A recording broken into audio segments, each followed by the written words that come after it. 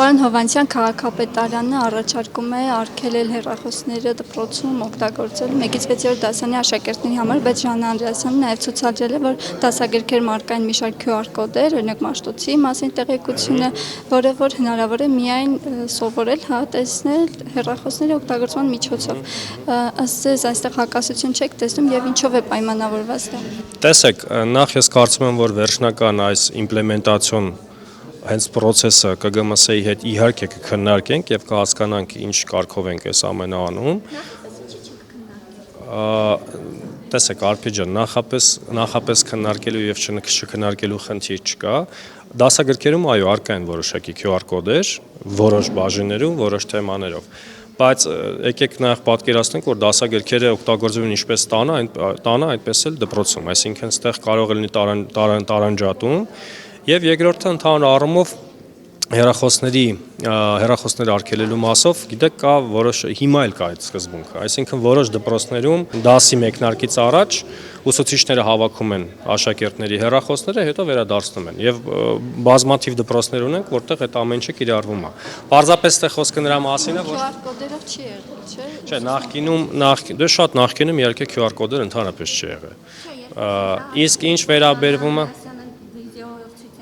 Ինչպես պետք է երեխաները օգտվեն QR կոդով եւ հիմա դուք այդպիսի կարգավորում մտցնեք այստեղ։ Տեսեք, եւս մեկ անգամ շեշտում եմ, որ այդ դասագիրքը օգտագործվում է ինչպես լսարանում, դասարանում, այնպես էլ տանը։ Եվ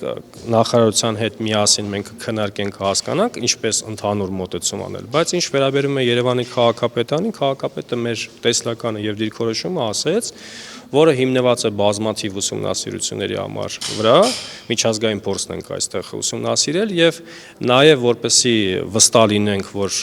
այն արդյունքի ենք հասնելու, որը պատկերացնում եք, մի քանի դպրոցների մասով առանձին մենք մոնիտորինգ կանենք երեխաների չգիտեմ, թվանշանները, ֆիզիկական, հոգևոր առողջությունը եւ այլն եւ կհասկանանք ինչպիսի արդյունք ենք ստանում։ Բայց ընդհանուր առումով ես ուզում եմ ասել, որ հետեւելով լրատվականներում եւ համացանցում այս հոդվածների մեկնաբանություններին եւ հավանություն կամ չհավանությանը մեծ մասը կարծես թե դրական է արձագանքել ծնողներից։ Հետեւաբար որ նման խնդիր մենք ունենք։ Այն է, որ դուք նկատի ունեմ քաղաքապետարանի եւ ԿԳՄՍ-ն միմյանց հետ փաստորեն չեք հաղորդակցվում եւ որոշումներ կազմում եք անջատ։ Անհնարին է ուղղակի, որպեսզի քաղաքապետարան եւ ԿԳՄՍ-ն չհամագործակցի։ Այսպես համագործակցելու խնդիր չկա։ Սա մի տեսլական է, որ մենք ասում ենք ինչպես իմպլեմենտացնել, այսինքն տեսեք, նես չէ, որ վաղվանից մենք այս կիրառում ենք։ Ասացինք, որ պետք է մտածենք, քայլ առ քայլ ոնց ենք անում, ոնց ենք դպրոցներում մեկնարկում, որ դասարանից եւ այլն։ Այսինքն հենց հիմա այն փուլն է, որ մենք պետք է համագործակցենք ԿԳՄՍ-ի հետ եւ հասկանանք ոնց ենք անում։ Հնարավոր է QR կոդերը դուրս գան, այսինքն նոր տպագրություն։ Արփի ջան, ես կարծում եմ, որ քննարկենք կհասկանանք, համենայն դեպս էլ եմ ասում, քանի որ դասագիրքը թե նաեւ տունը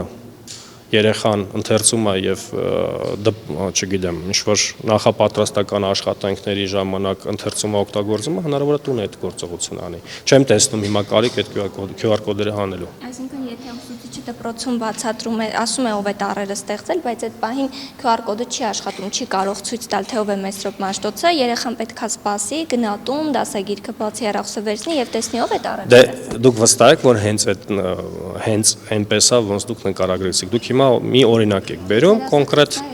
կոնկրետ դեպքի հետ կապված կհասկանանք։ Այսինքն QR կոդերը տնային հանձնարարություն է դառնում։